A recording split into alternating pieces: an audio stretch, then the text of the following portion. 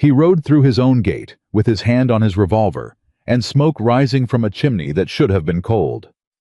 3 weeks on the mountain trail. 3 weeks of silence and hard ground, and nobody waiting. That was the life he had chosen. But someone had lit his fire. Someone had set his table.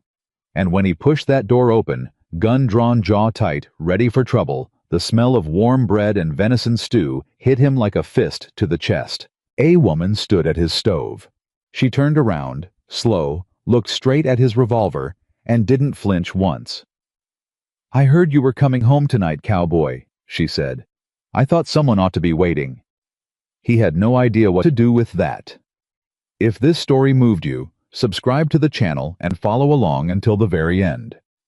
Drop a comment telling me what city you're watching from. I want to see exactly how far this story has traveled. Caleb Whitaker had been riding for 11 hours straight when the first familiar ridge came into view, and he felt nothing. That was the part nobody in Silver Creek understood about him. Other men with wives and children and warm kitchens waiting. They felt something when they came over that last ridge. Something lifted in their chest. Something eased in their shoulders. The hard weeks fell away, and the good thing ahead of them pulled them forward like a rope. Caleb felt none of that. He felt the cold. He felt the ache in his lower back from 3 weeks in the saddle. He felt the hunger that had been sitting in his stomach since noon when he had eaten the last of his dried jerky and told himself it was fine. It was always fine. That was the other thing nobody in Silver Creek understood about Caleb Whitaker. He was always fine, had been fine for 7 years. Fine after Eleanor died. Fine after the baby that came 3 months too early and never drew a breath. Fine after he sold the bigger house in town and moved himself up into the mountains where the nearest neighbor was 4 miles of hard trail away. Fine. The word had become something he wore like an old coat. Heavy. Worn through at the elbows. But familiar enough that he had stopped noticing the weight. His horse, a dark bay gelding named Reckoning, knew the trail home better than Caleb did at this point. The animal picked his own way through the last stretch of pine and rock without needing direction, and Caleb let him.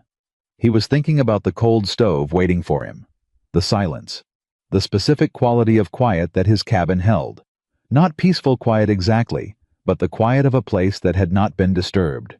The quiet of a place that remembered nobody was coming and had made its peace with that fact. I was thinking about whiskey. 1 glass before bed, maybe 2. He was not thinking about smoke. But when Reckoning stopped without being asked and lifted his head and blew hard through his nostrils, Caleb looked up and saw it. A thin column rising from his chimney. He sat very still in the saddle for a long moment. The smoke was pale against the darkening sky. Steady. Not the last ghost of a dying fire, but a live fire fed recently burning clean. Someone had lit his stove. His hand moved to his revolver before his mind had made a conscious decision. 7 years of mountain living had built certain instincts into him that worked faster than thought. He dismounted without a sound, looped Reckoning's reins around a pine branch far enough from the cabin that the horse wouldn't be seen and moved toward the building on foot, keeping low and close to the tree line. The window on the south side threw a rectangle of warm gold light across the ground. He pressed his back to the exterior wall slid along it until he reached the edge of that window and looked in. A woman, standing at his stove, her back to him. Dark hair pinned up a few strands loose around her neck. She was stirring something in his largest pot. His largest pot that he had left clean and hanging on its hook when he departed 3 weeks ago. She had it on the fire, and whatever was in it smelled like something his mother used to make on Sunday evenings a lifetime ago.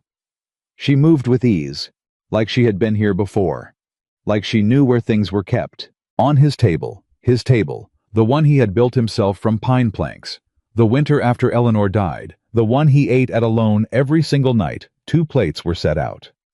2. He stared at that detail longer than made sense. His brain kept arriving at it and then sliding off it like a boot on wet rock. 2 plates. Someone had set his table for 2 people. Someone had assumed he was coming back tonight and had prepared not just for themselves, but for him. Like they were expecting him. Like this was a normal thing that happened in his life. It was not a normal thing that happened in his life. He came around to the door with his hand still on his revolver and pushed it open. She turned before he could speak. She was younger than he'd expected, though not young, somewhere in her 30s, with the kind of face that had been through weather, the kind of eyes that had seen things and filed them away quietly. She was not beautiful in any soft way. She was handsome in the way that competent people sometimes are, where the competence itself becomes attractive. She looked at his hand on the revolver, and she did not flinch. She did not step back. She just looked at it and then looked up at him and said the words that would rearrange everything that came after. "I heard you were coming home tonight. I thought someone ought to be waiting." Caleb stood in his own doorway with his hand on his gun and absolutely no idea what to say. She turned back to the stove. "That's venison stew," she said. "I traded for the meat from Tom Hargrove at the South Pasture, used your root vegetables. I hope that's all right. You had onions and carrots going to waste in the cellar. I'll replace whatever I used." A pause. "Bread's cooling on the sideboard. I didn't know if you'd eaten." "Who are you?" Caleb said. His voice came out rougher than he intended.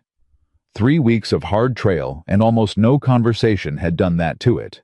"Clara Bennett," she said without turning around. "I've been staying at the Delaney boarding house for the past month. Mrs. Delaney is the one who told me you'd be back tonight. She keeps track of the drovers." Another pause. "I'm not a thief, Mr. Whitaker. I didn't touch anything that wasn't a vegetable." "You're in my house." "I am." She said it without apology. Not defiant exactly, just honest. "Mrs. Delaney told me you come back from trail drives to a cold stove and no supper. She said you've done it that way for years." She finally turned and looked at him directly. That seemed wrong to me, so I fixed it. He had not moved from the doorway. He became aware of this, that he was standing in his own home, hand on a weapon, and the woman at his stove was watching him with patient eyes like she had all the time in the world, like she was waiting for him to catch up to what was already happening. He took his hand off the revolver. He did not sit down. "You should leave," he said. "After supper," she said. He opened his mouth and then closed it. In 36 years of life, including 7 years of solitary mountain living, nobody had ever said that to him with quite that particular calm. Like his opinion on the matter was noted but not decisive. "Mrs. Bennett." "Sit down, Mr. Whitaker.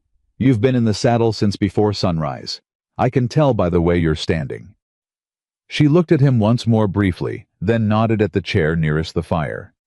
"The stew needs another few minutes. You have time to get that coat off." He stood there another moment.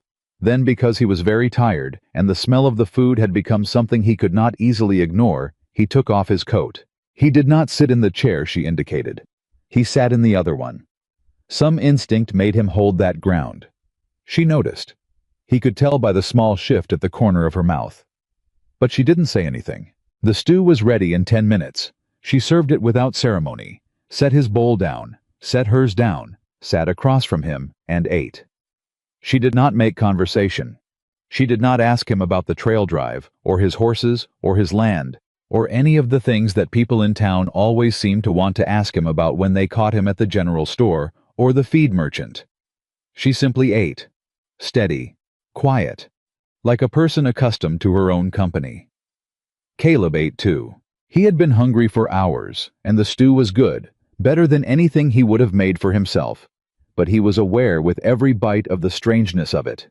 The 2 plates, the bread, the lamplight, the sound of another person breathing in his cabin. He had forgotten what that sounded like. "How long have you been in Silver Creek?" he asked finally when the bowls were near empty. 5 weeks, she said. "Where from?" "Ohio originally, then Pennsylvania for a few years." She broke off a piece of bread and didn't look up. "My husband died 14 months ago." He said nothing. He knew how those words landed when people responded to them wrong. He let them sit. "I came west," she said. "I needed something different." "Silver Creek isn't different," he said. "It's just harder." She looked up at that. Something moved behind her eyes. "That's exactly what I needed," she said. I didn't know what to make of that, so he didn't try. After supper, she washed the bowls. He offered once to do it himself, and she waved him off without looking at him.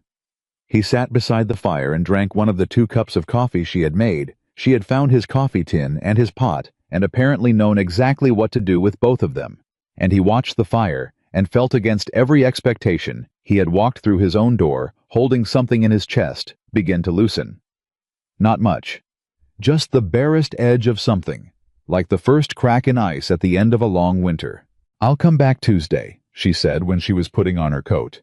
"If that's all right." He looked at her. "It's not necessary." "I know it's not necessary," she said. "I asked if it was all right." He looked at the fire. He looked at the 2 clean bowls on the shelf where she'd left them. He looked at the bread she'd left the rest of it on the sideboard wrapped in a cloth. "Tuesday," he said. She nodded once, pulled on her gloves, let herself out. He sat alone in his cabin for the first time in years and felt the silence differently than he ever had before. It was still silence, but it had a shape now where it hadn't before. It had the shape of the absence of something that had briefly been there. He didn't know what to call that feeling. He decided not to try. She came back on Tuesday. He had told himself he wouldn't be home. He had told himself he had work in the north pasture that would take all day and probably into evening. He told himself this Tuesday morning while drinking his coffee, looking at the bread on the sideboard, there was still some left. 2 days later, because he had been eating it slowly, which was not something he would have admitted to anyone. He was home by 4 in the afternoon. She arrived at 4:30 with a basket over one arm. He opened the door before she could knock, and then immediately felt that he had made a mistake, because she looked at him and understood everything about what had just happened, and had the courtesy not to mention it. "I brought eggs," she said, "and a jar of Mrs. Delaney's preserved peaches. She said to give them to you. She says you fixed her fence in the spring, and she never paid you back properly." "I didn't do it for payment," he said. "That's what she said you'd say." Clara stepped inside and went to the stove like she'd been doing it for years. "Which is why she sent the peaches instead of money. She thought you wouldn't refuse fruit." "I'm refusing to confirm that logic." She stopped, turned and looked at him. And then she smiled, not a polite smile, not a social smile, but a real one, fast and genuine and gone, almost before he saw it. He felt it like a hand pressed briefly against his sternum. He turned away and went to check on the horses. That became the shape of things. Tuesday and Friday she came. She cooked, or sometimes they cooked together when he arrived home before she was finished, and she put him to work chopping or stirring without quite asking if he wanted to help. They ate. They talked some. Not always about important things, sometimes about the weather, sometimes about what Tom Hargrove was selling at the South Pasture, sometimes about books. She had read more than he expected. He had too. He started to look forward to Tuesdays. He noticed this the way you notice a change in weather slowly, and then all at once. The 3rd week she arrived and found him already at the stove. He had started supper without her. He heard her stop in the doorway, and felt her looking at his back, and his neck got warm in a way that had nothing to do with the fire. "I didn't know if you'd come in this cold," he said without turning around. "I told you I'd come Tuesdays," she said. "It's 20 degrees and dropping." "Then I suppose I'd better not waste the heat you've already made." She came inside, hung up her coat, came to stand beside him at the stove close enough that he could feel the cold still clinging to her jacket. She looked at what he had going and said, "You burn the onions." "I know how to cook." "You burn the onions every time. Move over." He moved over. She took the spoon from his hand, and when she did, her fingers brushed his, and neither of them said anything about it, and neither of them moved away. They cooked the rest of the supper close enough that their shoulders nearly touched. They talked about a book she had brought, some Eastern novel about the sea, which he had never seen, and she had once from a ship crossing to visit her husband's family in England. She described the Atlantic in January, and he listened with more attention than he had given anything in years. Over supper she told him about her husband. Not dramatically, not with the careful rehearsed quality that grief sometimes had when it had been performed for audiences. She told him plainly, like she was stating a fact about the weather. His name was Robert. He had been a good man and a bad businessman, and the combination had worn them both down. He had died of a fever that came on fast in October and was over by November. She had been alone in the house in Pennsylvania for 6 months before she understood that the house was not something she wanted to save. "I thought leaving would feel like giving up," she said. It didn't. It felt like she searched for the word. "Like putting something down," Caleb said. She looked at him across the table. "Yes," she said. "Exactly like that." He told her about Eleanor. He had not told anyone about Eleanor in 5 years. Not the whole of it anyway. The accident on the mountain road, the ice, the horse that hadn't been able to keep its footing, the weeks he had spent afterwards doing nothing but keeping himself alive, because stopping felt like the only other option, and he wasn't able to fully commit to that either. He told her about the baby, the one that never breathed. He had never told anyone about the baby. Clara didn't say anything for a long time after he said it. She didn't say she was sorry. She didn't say she understood. She just sat across from him in the lamplight with her hands around her coffee cup and looked at him with those patient, weathered eyes and let him be a person who had been through that and was still here anyway. That night after she left, he stood at the window and watched her lantern move down the trail toward town until the trees swallowed it. He had a word for the feeling now. He wasn't ready to say it out loud, but he had the word. The first time he rode into Silver Creek while she was there, he saw it. The way people looked. The way Hendricks at the general store glanced between them and then away too quickly.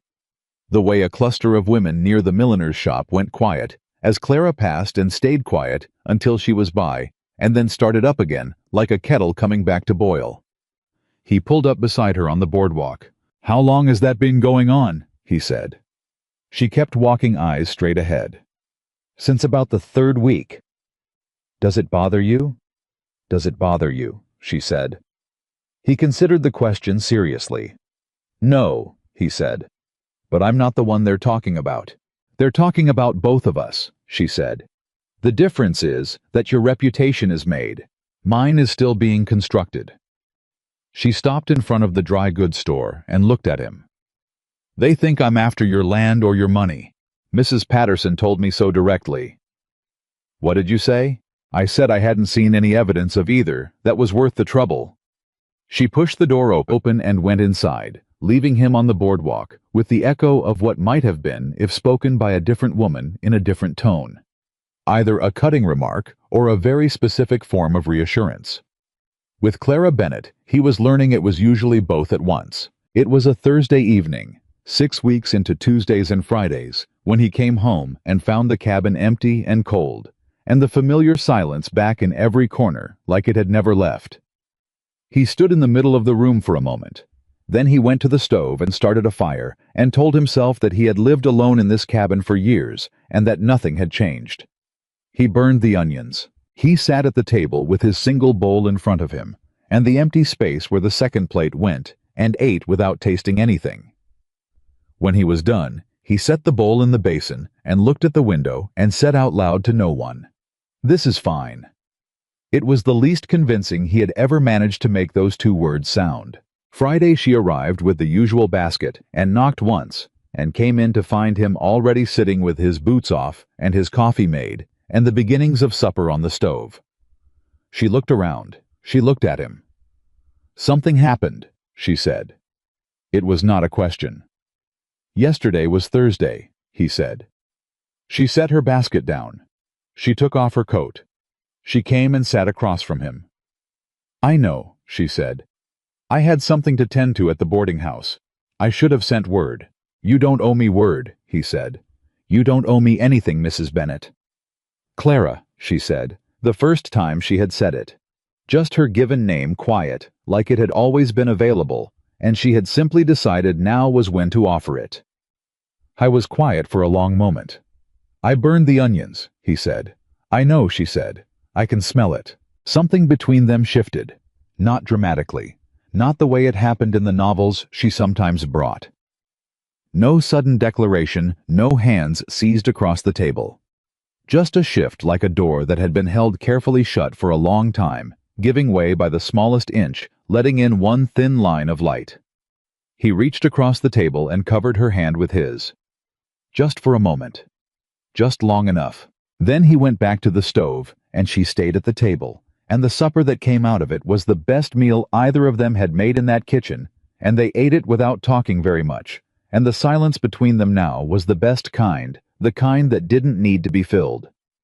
That was the night Caleb Whitaker understood what he was in the middle of, and understood, too, that he had absolutely no idea how to protect it. The morning after the hand-over-hand moment at the kitchen table, Caleb rode out to the north pasture before sunrise and worked until his arms ached and his mind went quiet. That was the strategy he had developed over 7 years of difficult feelings. Work them down to nothing. Grind them into the dirt with enough physical labor until they were too tired to cause trouble. It had always worked before. It did not work that morning. Howe was mending fence line at the far edge of his property, hammer in hand, and he kept losing count of the nails. Kept arriving back at the same image, her hand under his, the warmth of it, the way she had not pulled away.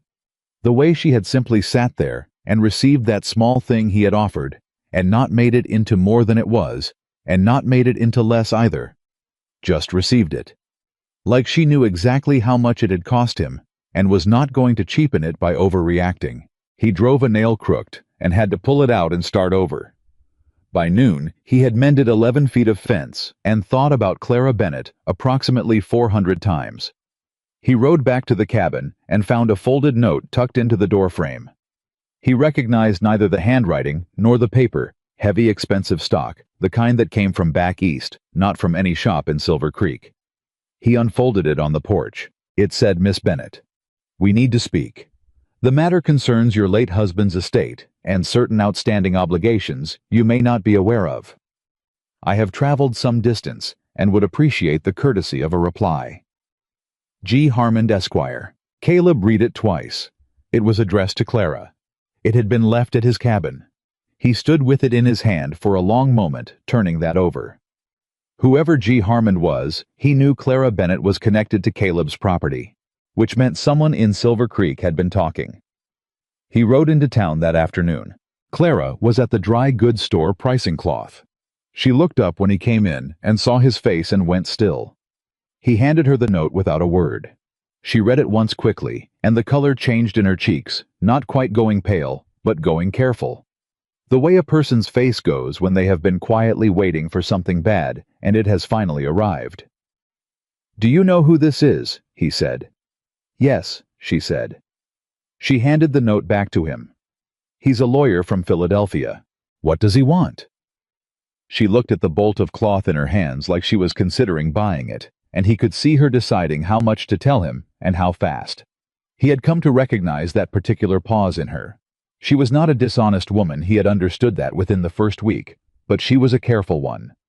She parceled information out like a person who had learned the hard way that giving too much of yourself too quickly was a kind of wound you could give yourself. "It's complicated," she said. "I've got time," he said. She put the cloth down.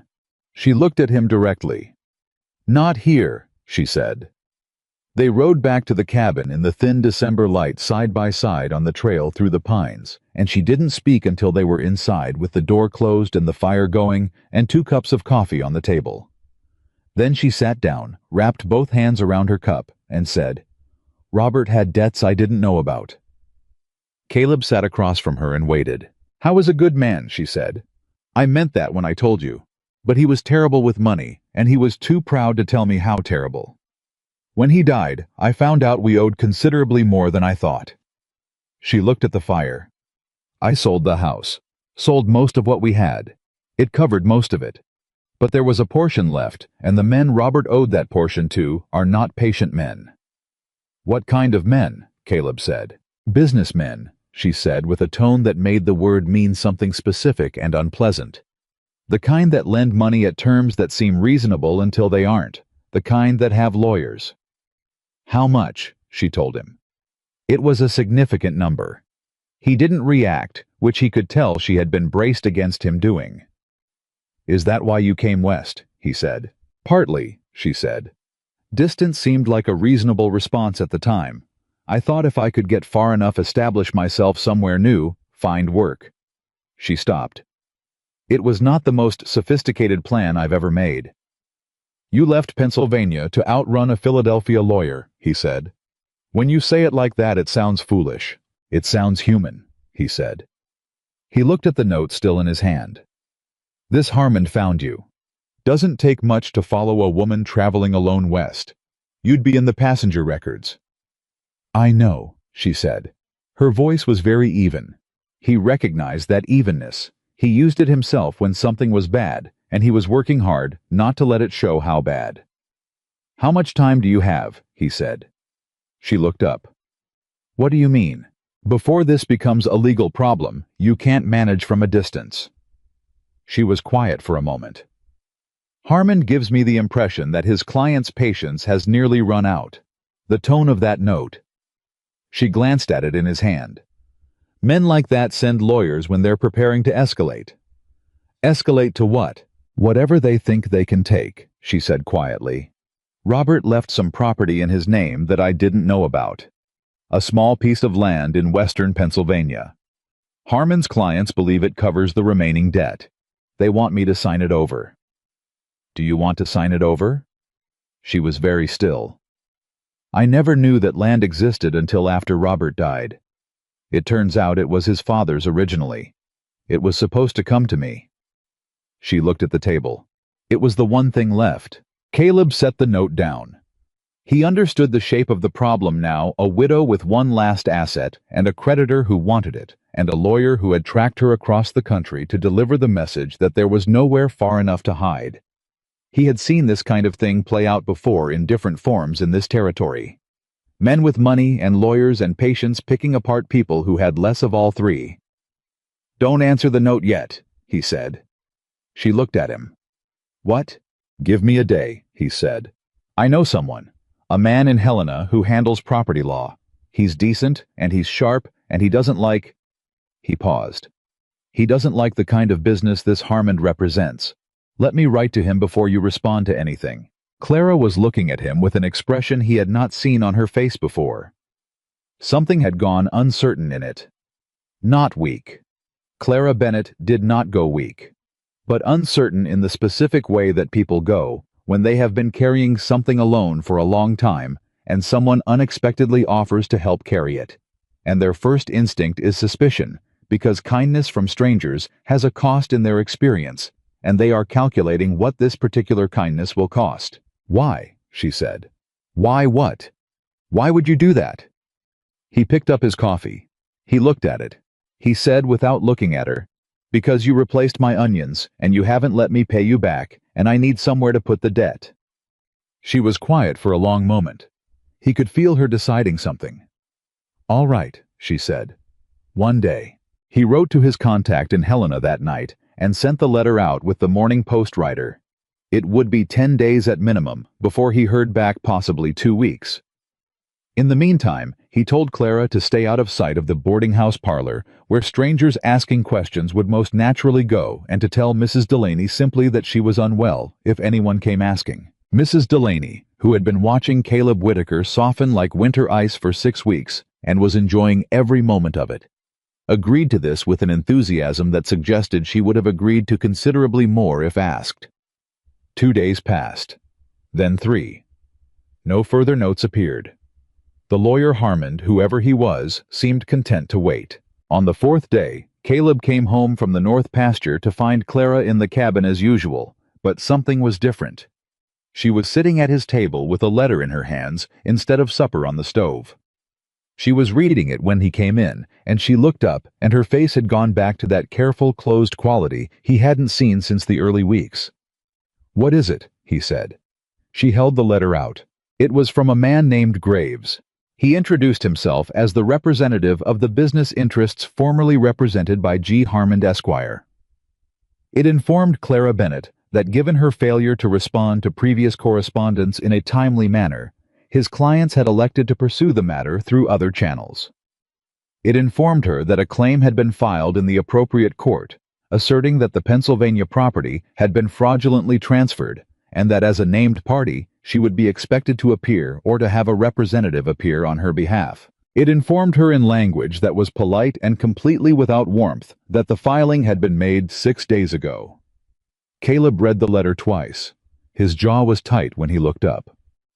They didn't wait for your answer, he said. They never were going to, she said. Her voice was very flat. The lawyer's note was a formality, a chance to show they tried the civil approach first. They filed the moment they knew where I was. Who told them where you were? She looked at him steadily. Someone in Silver Creek, she said. Someone who knew I'd been spending time at a cabin in the mountains. The implication settled. He thought of Hendricks at the general store and his too quick glance. He thought of the women near the milliner's shop. He thought of a half-dozen people who had seen Clara Bennett ride out toward Caleb's trail on Tuesdays and Fridays for 6 weeks and drawn their own conclusions about why. How bad is the court filing? He said. Bad, she said. In Pennsylvania, with their lawyers and their connections, and the local judges they likely know personally, bad. You need to go back, he said. I can't afford to go back, she said. The travel, the legal representation. She stopped. I came west with very little, Caleb. I've been careful with what I have, but a legal fight in Philadelphia is... She pressed her mouth together. I can't fight them there. It was the first time she had said his given name.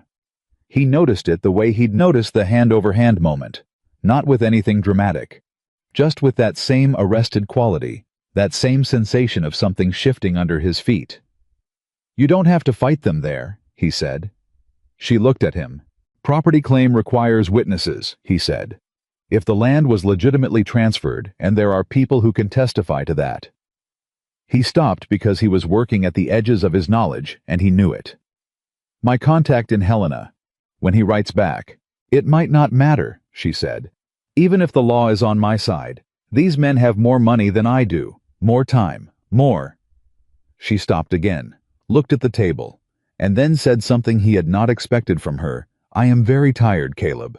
The words were simple, completely unadorned, but they hit him somewhere behind his sternum with a force that surprised him, because he understood them, the way you understand something that has also been true about yourself for years, but that you have never found the exact right words for. The tiredness she meant wasn't physical. It was the tiredness of running, the tiredness of managing alone, the tiredness of waking up every day with something heavy already on your chest before you even put your feet on the floor. He said, I know. She looked up at him. I know what that particular tired feels like, he said. I've been tired like that since Eleanor died. Different shape, same weight. She held his gaze for a long moment. Then she said carefully, I don't want you involved in this. It isn't your problem. You've been eating supper at my table for 6 weeks, he said. What's mine and what's yours got a little complicated somewhere around week 3. Something moved across her face.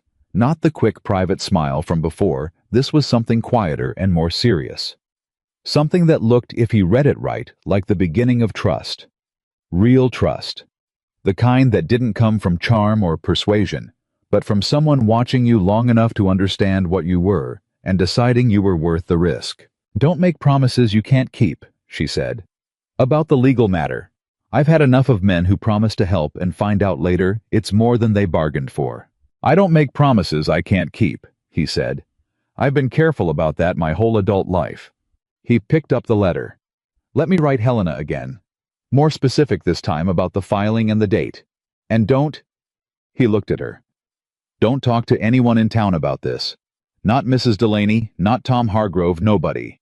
If someone here reported your location to Harmond, I want to know who before we give them anything else. She nodded. Her hands on the table were still.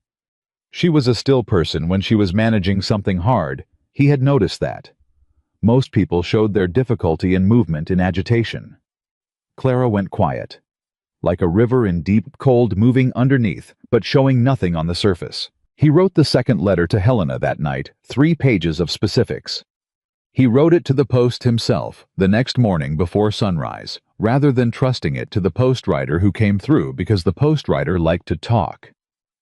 When he got back, Clara had made breakfast. She was at the stove with her back to him, and she said without turning, I found a piece of paper in your desk. I hope you don't mind. I needed to write something down. What did you write? A list, she said, of every person in Silver Creek who knew I was spending time here, who might have had occasion to send a letter east. He stopped. She turned and held out the paper. He looked at it. 7 names. Neat, precise handwriting. Beside each name a note when they'd seen her, what they'd said, what they'd had opportunity to do. He looked up from the paper. "You'd have made a good lawyer yourself," he said. "I know," she said, and put his breakfast on the table. He stared at that list all through the meal. 3 of the 7 names he could eliminate immediately. 2 were women in their 70s who had no reason to write east, and 1 was Tom Hargrove, who he knew personally well enough to trust. That left 4. He turned them over in his mind while he ate, and Clara watched him think, and neither of them said anything until he reached for his coffee and said, "Hendricks." She looked at him. "Theodore Hendricks at the general store," he said.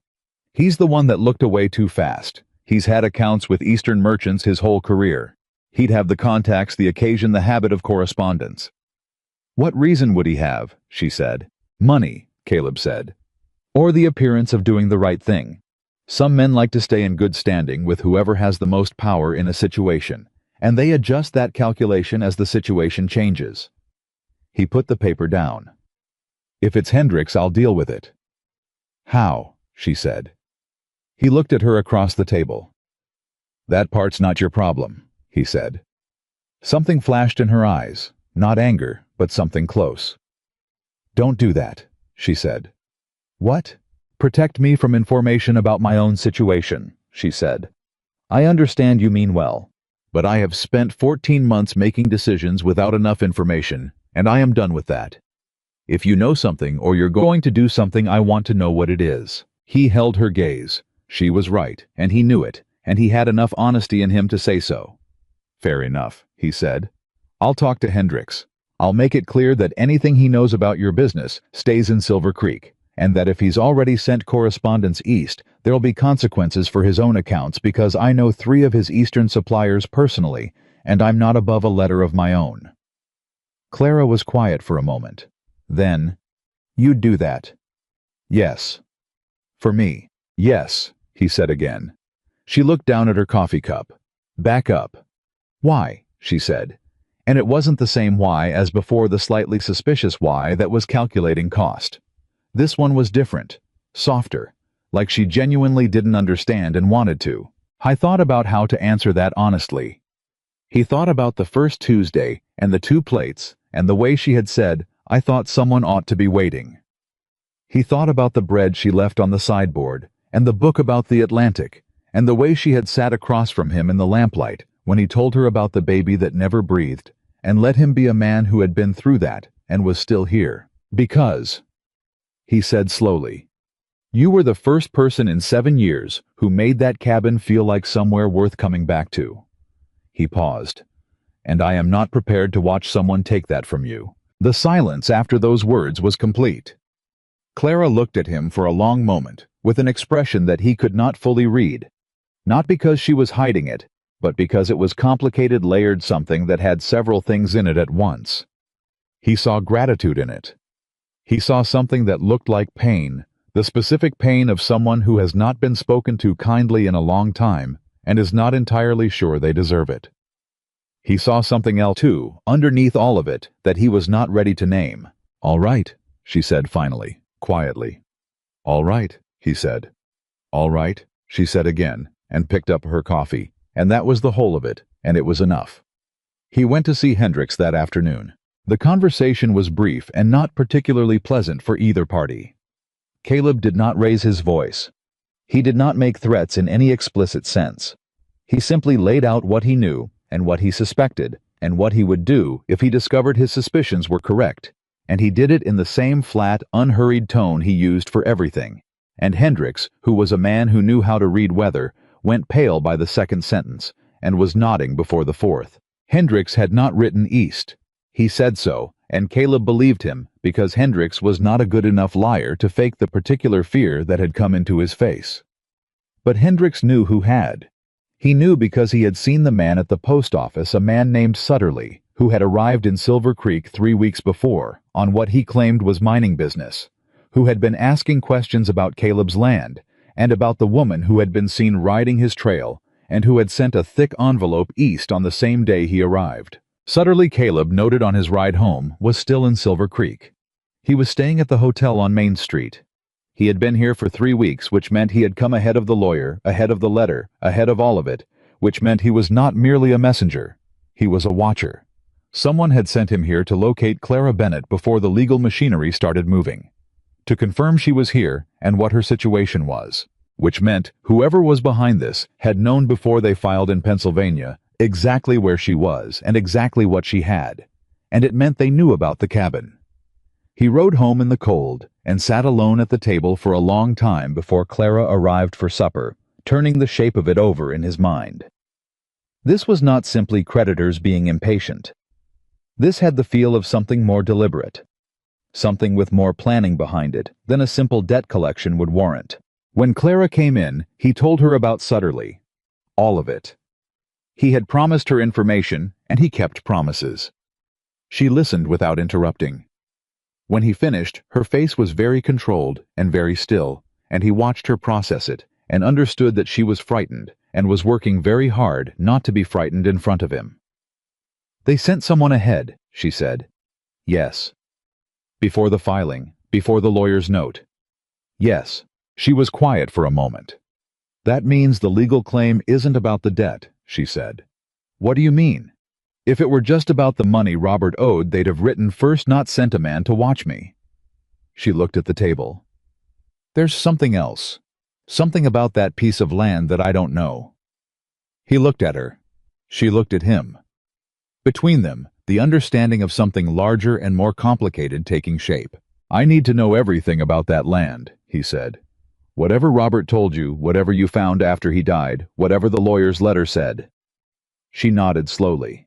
She reached into the pocket of her coat and pulled out a folded paper he hadn't seen before, thin, worn at the creases like it had been read and reread many times. "I've been carrying this since Pennsylvania," she said. "It was in Robert's desk. I didn't know what it was when I found it. I still don't know entirely." She laid it on the table between them. It was a surveyor's map.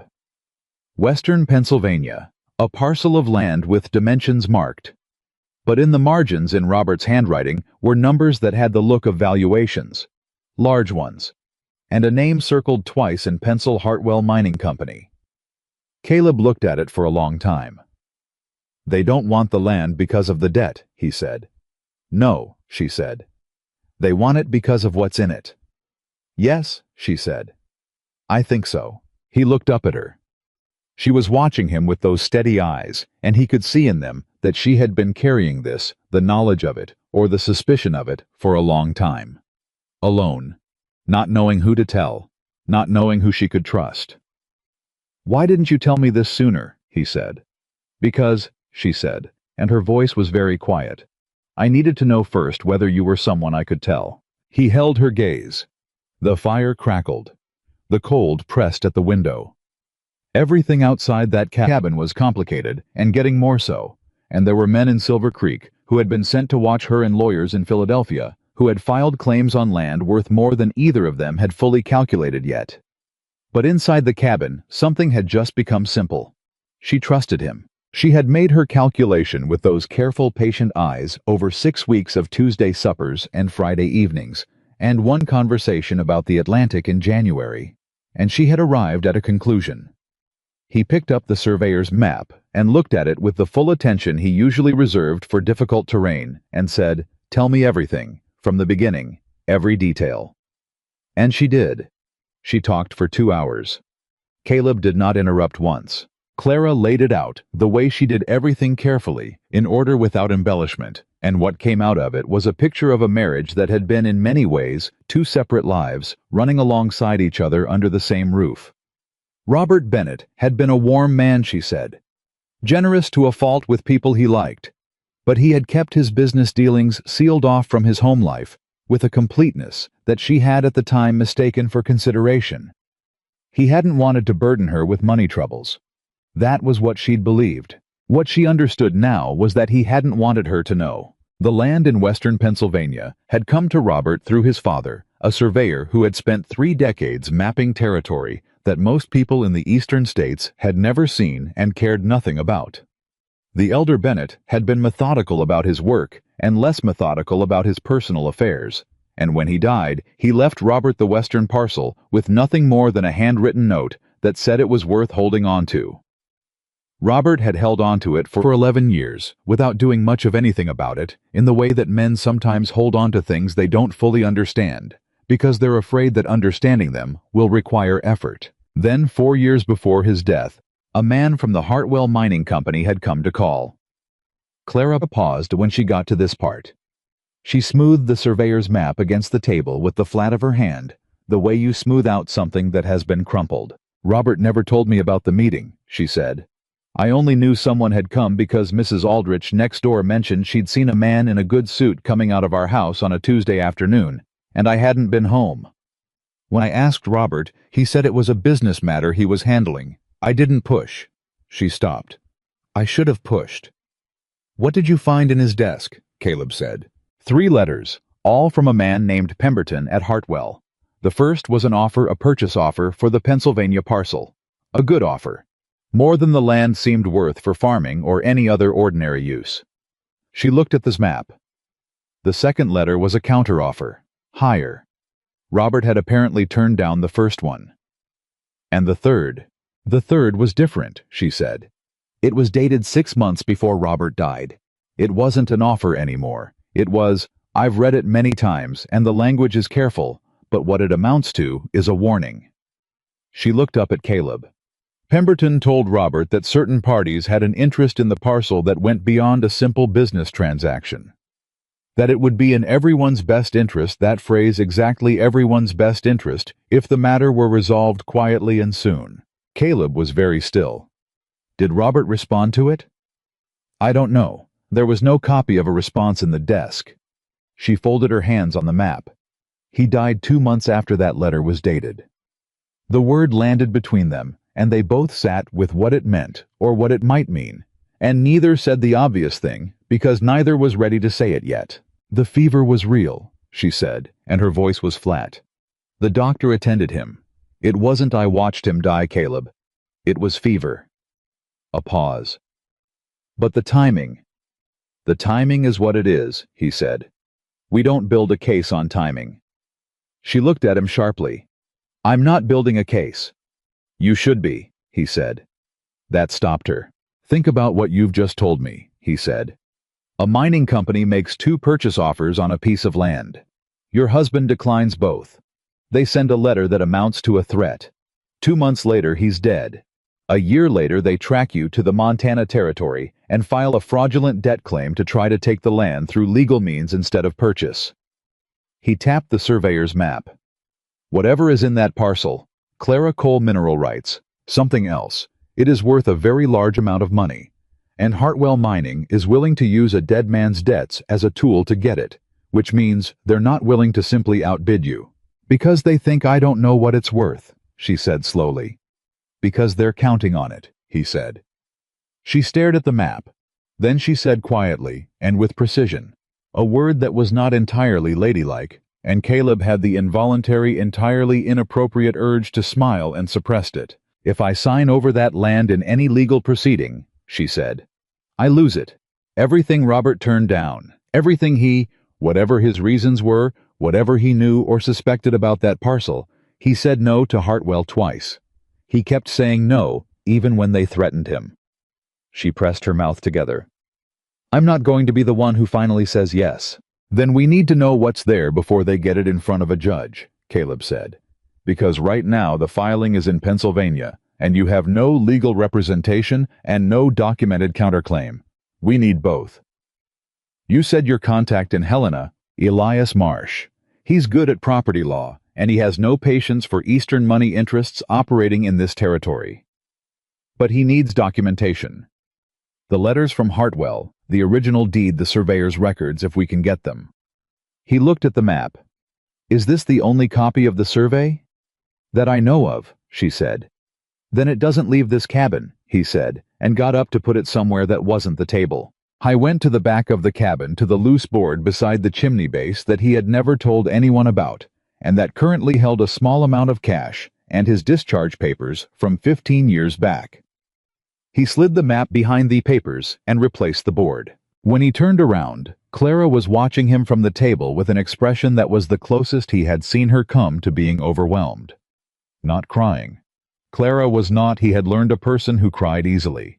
But her eyes had a quality he hadn't seen before, like something she had been holding up by herself for a very long time was being set down, and her arms were shaking slightly with the release of the weight.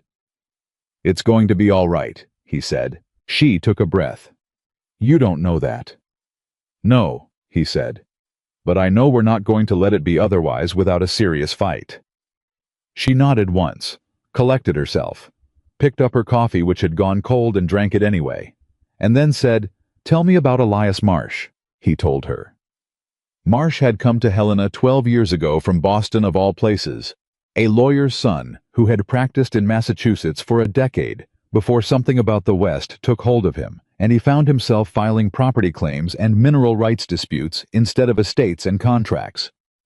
He was in his mid-50s now, sharp as a new blade, and he had a particular distaste for Eastern corporations that used legal machinery to strip territory settlers of their land and assets. Caleb had met him through a mutual acquaintance 8 years back during a boundary dispute with a neighboring ranch that had turned complicated. Marsh had sorted it in 3 weeks.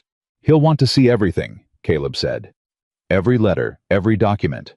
Can you remember exactly where in Robert's desk you found the Hartwell correspondence?" "I packed it," she said. "All 3 letters. They're at the boarding house." He looked at her. "They've been at the boarding house. In the lining of a travel case," she said. "Under a false bottom," Robert put in. "He was whatever else he was careful about some things." She paused. "I brought them because I thought I might need them. I didn't know how." He almost told her that a man named Sutterly had been watching her boarding house for 3 weeks, and anyone staying there long enough might eventually ask the right questions of the right person. But he calculated that this particular piece of information delivered at this particular moment would not help anything, and might push her somewhere she didn't need to go tonight. "Get them tomorrow morning," he said. "Early, before most people are moving." She nodded. He rode her to the edge of the trail that night and watched her lantern go toward town, and then he sat on reckoning in the cold for a long moment, thinking about a man named Sutterly, and what his continued presence in Silver Creek meant, and what kind of man G. Harmond Esquire sent ahead of his legal process, and whether the warning letter Robert Bennett had received 2 months before his death from fever was the kind of coincidence that a careful person could afford to accept at face value. He decided he was not that kind of careful person. The next morning, he rode into Silver Creek by the back route and positioned himself where he could see the hotel without being seen from it. He had no clear plan for what he was doing, which was unusual for him. He was a person who did not act without plans as a rule. But something about Sutterly being in that hotel, the idea of a man paid to watch Clara moving around her daily life, calculating her vulnerabilities, reporting back to people who used dead men's debts as weapons, made him want to put his eyes directly on the problem. Sutterly came out of the hotel at 8:30. He was not what Caleb had built in his mind, not some obvious hired thug or a polished Eastern lawyer. He was an ordinary-looking man in his 40s, in practical traveling clothes, the kind of face you forgot 5 minutes after seeing it. He walked toward the main street without urgency, stopped at the barber for 20 minutes, came out, and went to the general store. Caleb watched him the whole time. Nothing dramatic happened. Sutterly bought tobacco and exchanged a few words with the man behind the counter and left. He didn't go to the boarding house. He didn't appear to be watching anything in particular. He looked like a man with a morning routine who was comfortable where he was and in no hurry to leave. That was the most troubling part. A man who was comfortable. A man who had time. Caleb went home. Clara arrived at midday instead of evening, which told him she'd felt the urgency of getting the letters and had acted on it. She came in with her travel case and set it on the table and opened the false bottom and took out 3 envelopes. He looked at all 3 letters carefully in order, and by the time he finished the 3rd one, he had no remaining doubt about what he was looking at. "We're sending everything to Marsh today," he said. "I'll write the letter. You write your own account, everything you just told me. Everything about Robert's meetings with Hartwell, the timing, the death, everything. As detailed as you can make it. We'll send it together." "What will Marsh do?" she said. "First thing, he'll file a counterclaim in the Montana Territorial Court," Caleb said. "Put this dispute on record here where Hartwell's connections don't reach." Second, he'll research the Hartwell Mining Company who's behind it, what claims they've already filed in Pennsylvania, whether there's a pattern. He folded the third letter carefully. If Pemberton threatened Robert in writing, I'd be willing to bet Robert wasn't the first person they pressured this way. Clara was writing already bent over a piece of his paper with one of his pencils, and he watched her for a moment, the focused set of her shoulders, the precision of her hand, and understood that this was who she was. Not a woman who fell apart. A woman who got to work. "Caleb," she said without looking up from the paper. "Yes." "If this goes badly, if Marsh can't stop the Pennsylvania filing." "It won't." "But if it does," she said, and looked up. "I need you to know that none of this, none of what happened between coming here and this moment, was about the land. Not for me. Whatever that parcel is worth, whatever Robert knew or didn't know, that's not why I came to Silver Creek." He held her gaze. "I know that," he said. "You know it now," she said. "When it was just a widow with debts, you were already—" She stopped and looked back down at her paper. "I just need you to know that it was always the truth of it, and not the other." He stood there for a moment, understanding what she was telling him, and why she was telling him now in the middle of writing a legal document at his kitchen table, while a mining company tried to take the last thing her husband had left her. She was telling him because she was a person who did not leave important things unsaid, when the situation made clear that unsaid things had a way of not getting said at all. "I know," he said again, quieter this time, and went to sit beside her at the table and start on his own letter to Marsh. They wrote for an hour. Outside the temperature was dropping, and the sky had the flat white look of coming snow. Neither of them mentioned it. When they were done, Caleb read both documents through and folded them into a single packet with the Hartwell letters, and sealed it with the only wax seal he owned, which had been Eleanor's and which he had not used in 7 years. He looked at it briefly before pressing it closed, and did not say anything about that. He sent the packet to Helena with a private rider. He trusted a man named Dutch Featherstone, who charged 3 times the postal rate and had never once failed to deliver. 4 days passed. On the second day, Clara mentioned that Sutterly had asked Mrs. Delaney something about the cabin. Mrs. Delaney, with magnificent loyalty and an entirely straight face, had said she had no idea what cabin he meant, and that Miss Bennet had been unwell in her room for a week and wasn't receiving visitors. On the third day, Caleb saw Sutterly on the trail east of town. Not near the cabin, not that close, but on the trail that if you followed it far enough and took the right fork, eventually arrived in the direction of Caleb's land. He watched the man stop, look around and turn back. Not this time, Caleb thought. Not yet. On the 4th day, a stranger arrived in Silver Creek. Not Sutterly. Not a lawyer. A different kind of man, entirely broad through the shoulders, road-worn with the look of someone who had been riding for a long time and intended to keep doing it. He came into the Silver Creek feed merchant, where Caleb happened to be picking up supplies, and he did not look at the merchandise, and he did not look at the other customers. He looked directly at Caleb. "You Whitaker," he said. "Depends on who's asking," Caleb said. "Name's Greer. I ride for Hartwell Mining Company." He said it like he expected the name to mean something, and when Caleb's expression didn't change, something shifted in Greer's face. "Mr. Pemberton would like to extend an invitation to meet. He's arrived in Helena, and he'd like to discuss the Bennett property matter directly. Gentleman to gentleman." Caleb picked up his bag of feed. "Tell Pemberton I'm not a gentleman," he said, "and I don't discuss other people's property matters." Greer stepped to the side, which put him in Caleb's path without quite being in his way. It was a practiced move. "Mr. Pemberton thought you might say something like that," he said. "He asked me to also mention that the matter before the Pennsylvania court has a tendency to go poorly for parties who are unrepresented and who have a small pause complicated situations." Caleb set the feed bag down. He turned and looked at Greer with the complete attention he gave to things that required it, and Greer, who was a man with experience, reading other men, went slightly still. "You just threatened a woman who is not here to hear it," Caleb said quietly, "through a man who didn't ask for your company. That tells me something about your employer." He picked the feed bag back up. "Tell Pemberton that any communication he wants to make to anyone connected to my property goes through a lawyer named Elias Marsh in Helena." And tell him that if I see your face on my land, or the face of any man working for your company on my land, the next communication will go directly to the territorial marshal." He walked out. His hands were steady. His voice had been steady. That was important, not for Greer, but for himself, because underneath the steadiness, something was burning with a low, controlled heat that he recognized as anger, and something else he was less practiced at naming. It was the word Pemberton. The same name on the letter that had been written to Robert Bennett 2 months before Robert Bennett died of fever. He rode home and found Clara at the cabin, and he told her about Greer. All of it. She listened with that absolute stillness of hers, and when he finished, she said, "Pemberton came to Helena himself." "Yes." "He didn't send a lawyer. He came." "Yes."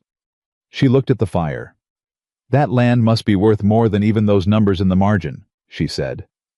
"I think so. And he's done this before," she said. "Hasn't he? The warning letter, the debt claim, the watcher sent ahead, the messenger, the face-to-face meeting with whoever is standing between Hartwell and what they want." She turned to look at Caleb. "Robert wasn't the first." "Probably not," he said. "We need Marsh to look into other claims," she said. "Other people Hartwell has pressured, if there's a pattern." "I put that in the letter," he said. She stopped, looked at him. "You thought of that already?" "I've been thinking about it since you told me about the warning letter," he said. She was quiet for a long moment. Then, "You've been ahead of me on this the whole time." "No," he said. "You've been ahead of yourself on this the whole time. You just had the information, and I had the distance." He sat down across from her. "You've been too close to it. You've been inside it for 14 months, carrying it alone, trying to figure out which parts of your husband's story you can trust, and which parts were kept from you, and what that means about everything. I came at it fresh." He paused. "That's not the same as being smarter." She looked at him for a long moment. And then she said something he had not entirely expected. "I'm afraid of what we're going to find out." "About the land," he said. "About Robert," she said. "If Hartwell did this to other people, threatened them, and then those people had accidents or illnesses, or—" She stopped. Robert was not a man who could be threatened into compliance. He said no twice. He kept saying no. But if Hartwell decided that no was no longer an answer, they could accept. She pressed her hands flat on the table. "I need to know if my husband died because he wouldn't sell a piece of land to a mining company." The words came out even and precise, and it was exactly their precision that told him what they cost her. "Then we'll find out," he said. "And if we do find that, then we take it to someone with the authority to do something about it," he said. "Marsh knows a federal land commissioner. If there's evidence of a pattern fraud coercion worse, that's not a matter for a Pennsylvania civil court. That's a federal matter." Clara's jaw set. Something in her face went from afraid to something else. Something that had the quality of a decision being made fully and without reservation. "I need to go to Helena," she said. He didn't argue. He had been thinking the same thing. "If I'm there when Marsh has the documents, I can—" "You can identify Robert's handwriting," Caleb said. "You can testify to the contents of the letters and when they were written. You're the legal heir to the land. Your presence matters." How long would the ride take? 2 days if the weather holds, he said. It won't hold. He looked at the white sky through the window. 3 days more likely. We'd need to leave before the snow sets in. She said. He looked at her steadily. You're not making that ride alone. I'm a perfectly capable— I know what you're capable of, he said. You're not making that ride alone. She looked at him for a moment longer than necessary. All right, she said. He stood up and went to the loose board by the chimney. He took out the surveyor's map. He took out his discharge papers, and from behind them a second item he hadn't mentioned to her, a folded document in a different hand, something he had been holding since the day Dutch Featherstone had ridden out to deliver a packet and returned that same night with a sealed note from Elias Marsh written in haste that said simply, I've found something. Come as soon as you can. Bring her. He turned and held the note out. Clara read it once, looked up. How long have you had this? This, she said. Since yesterday, he said. Why didn't you? Because Greer came today, he said, and I wanted to see what Pemberton was willing to do before I showed you." He paused. I needed to know how serious this was, whether Marsh's something was worth the risk of the road. She looked at the note. She looked at him. "And now you know. Pemberton came to Helena himself," he said. "That's serious enough." She put the note on the table. She stood up. She said with the brisk clarity of someone who has just shifted from thinking to acting, "I'll go back to the boarding house and pack what I need. 1 bag. Be ready to travel light." "Dawn tomorrow," he said. "Dawn tomorrow," she said. She put on her coat and picked up her travel case and paused at the door. "Caleb." He looked up from where he was already pulling maps from the shelf. "Whatever Marsh found," she said. "Whatever it is, I want to know all of it." "You'll know all of it," he said. She nodded once, and walked out into the white cold afternoon toward whatever the road to Helena was going to show them both. He stood in the quiet cabin for a moment after the door closed. He looked at the 2 coffee cups on the table. He looked at the surveyor's map in his hand and the discharge papers beside it and the note from Marsh that said, "Bring her as if Elias Marsh, who had never met Clara Bennett and knew her only through Caleb's written description and her own detailed account, had already understood something essential about what she was and what this situation required." He put the maps in his saddlebag and went to check on reckoning. The snow started before midnight. And by the time Caleb was saddling reckoning at 4:30 in the morning, it was coming down with the steady, committed patience of a storm that had decided it was not going anywhere soon. He did not reconsider the plan. He added a second blanket roll to the pack and checked the cinch twice and went to get the horse he had arranged for Clara 2 days earlier from Tom Hargrove, a solid gray mare with good mountain legs and a sensible temperament. Clara was waiting at the edge of the main trail when he arrived with both horses. She had 1 bag as she said she would. She was wearing a heavy coat he hadn't seen before and boots suited for weather, and she looked at the snow coming down and at the trail ahead, and then at him with an expression that said she had made her peace with the conditions and was ready to move. "Trail's going to be slow," he said. "Then we'd better start," she said. She mounted without assistance and adjusted her stirrups herself, and that was the whole of the discussion about the weather. They rode north through the pre-dawn dark. Caleb slightly ahead on the narrow sections side by side where the trail opened up. He set a pace that was steady, but not punishing fast enough to make Helena in 3 days, if the snow cooperated, careful enough not to push the horses into bad footing on the ice beneath the new powder. Clara matched him without complaint, without drama. She rode the way she did everything else with competence and attention, and no wasted motion. For the first hour, they didn't speak. The snow muffled everything. Their breath came in visible plumes. Reckoning moved with his usual unhurried authority, and the gray mare stayed tight to his flank, reading the trail off the bigger horse's lead. Around sunup, though the sun was invisible behind the flat white sky, Clara said, "Tell me about Helena." "What about it?" "What it's like. I've never been." He thought about it. "Bigger than Silver Creek. Louder. Mining money made it, and mining money runs it, which means it can be rough around the edges. But it has a federal land office, and 2 banks, and a telegraph, which is what matters for what we're doing.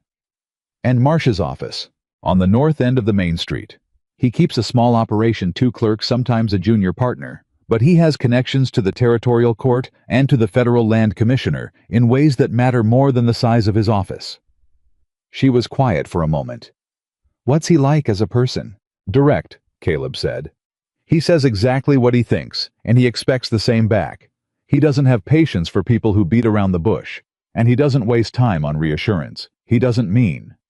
He paused. "You'll get along with him." He heard something that might have been a small laugh from behind him. "Because I'm difficult." "Because you're precise," he said. They stopped at midday to rest the horses and eat. Clara had packed food, bread and dried meat and a small tin of coffee she had somehow managed to keep warm against her body during the morning's ride. They stood with the horses between them and ate without sitting down, because sitting down in wet snow was a choice neither of them felt inclined to make. "Tell me what Marsh's note meant," she said. "I've been thinking about it the whole morning. I've found something. What would he find in 4 days from the documents we sent that would make him write come immediately? Either a pattern or a name, Caleb said.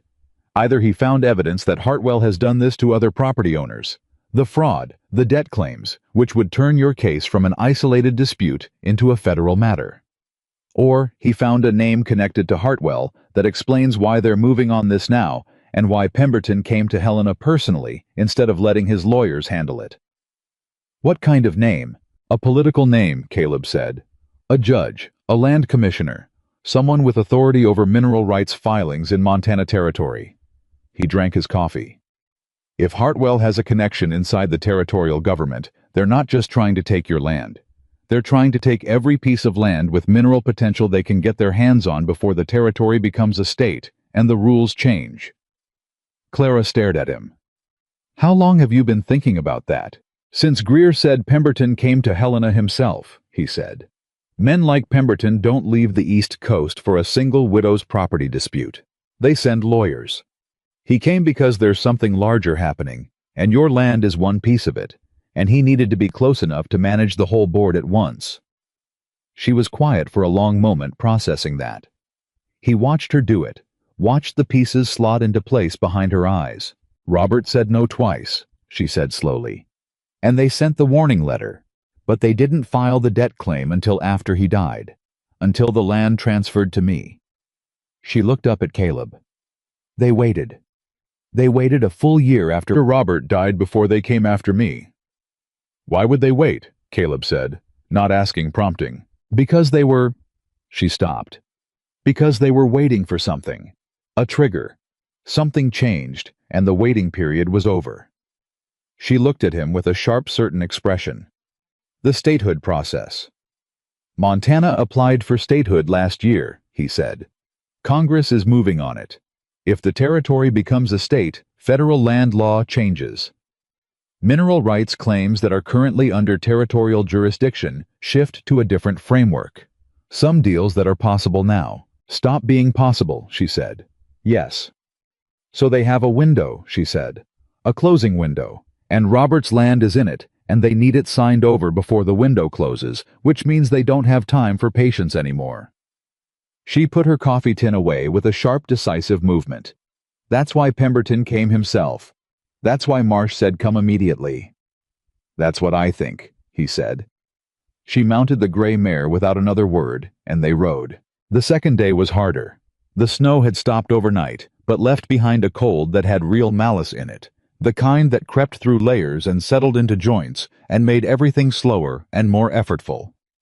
They camped the second night at a way station. Caleb knew a small building kept by a trapper named Willis, who was not there, but who left it available to travelers by an unspoken arrangement common in that territory. There was a stove and dry wood and a pile of rough blankets. Clara went to work on the stove without being asked.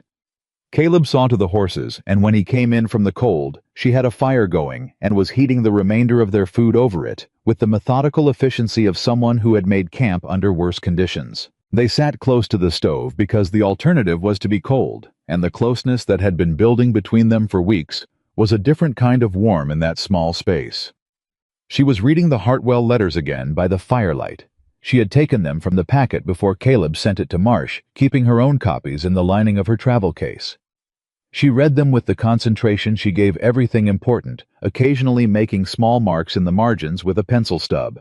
Pemberton made a mistake, she said without looking up. Which one? The third letter, she said. The warning. He was careful in the first two purely transactional business language. Nothing a judge couldn't read as a standard offer and counter-offer. But the third one, she held it up. He was frustrated. Robert had said no twice, and Pemberton let the frustration show. Everyone's best interest.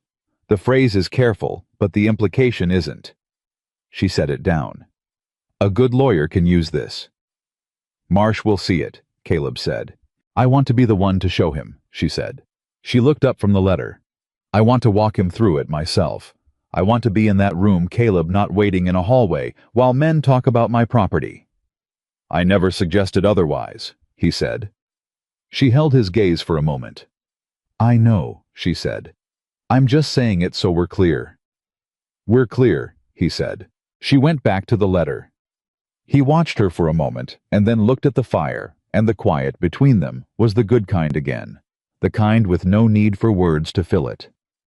"I keep thinking about Robert," she said after a while. He waited. "Whether he knew what was in that land," she said. "He must have by the time the third letter came. He turned down those offers for a reason, and it wasn't sentimentality." Robert was not a sentimental man about property.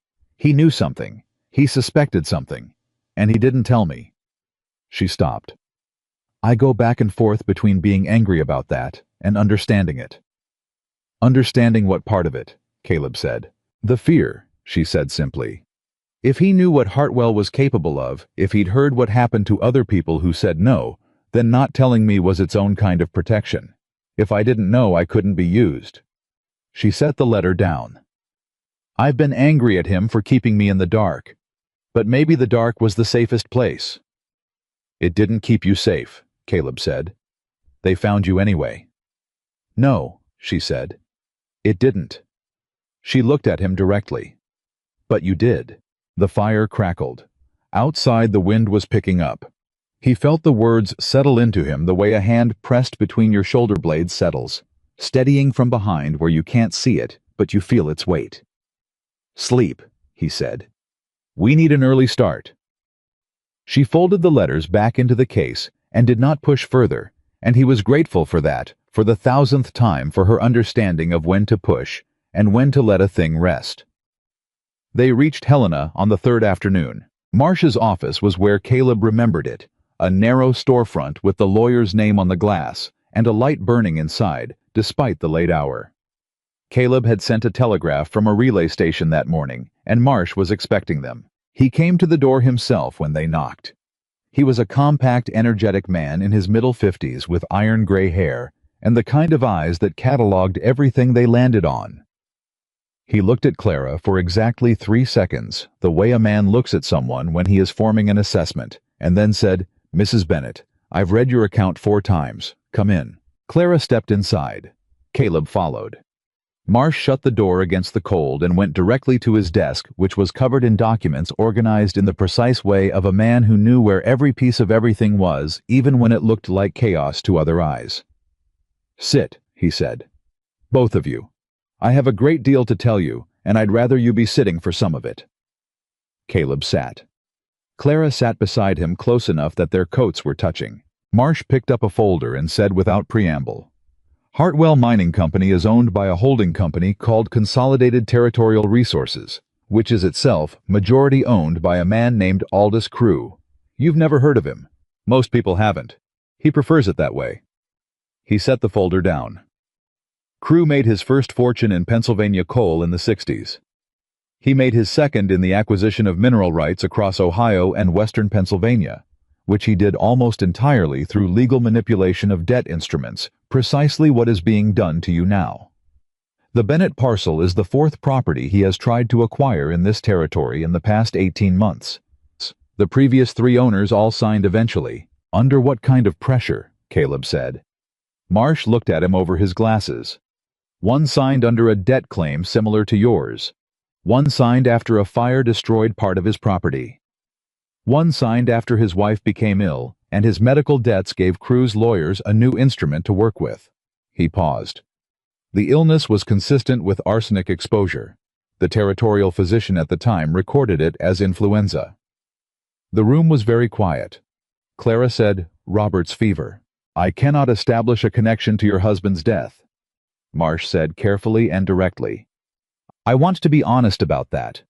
The timing is suggestive, but I have no evidence that reaches a legal standard. What I have is a pattern, a company that has used debt fire and potentially worse to acquire mineral rights properties in this territory, and a man named Pemberton who has served as Crew's regional representative in each of those transactions."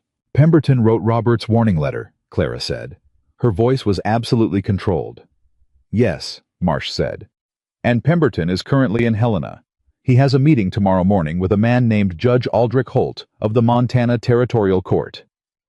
Caleb felt something shift in his chest. "Holt," he said. "You know him."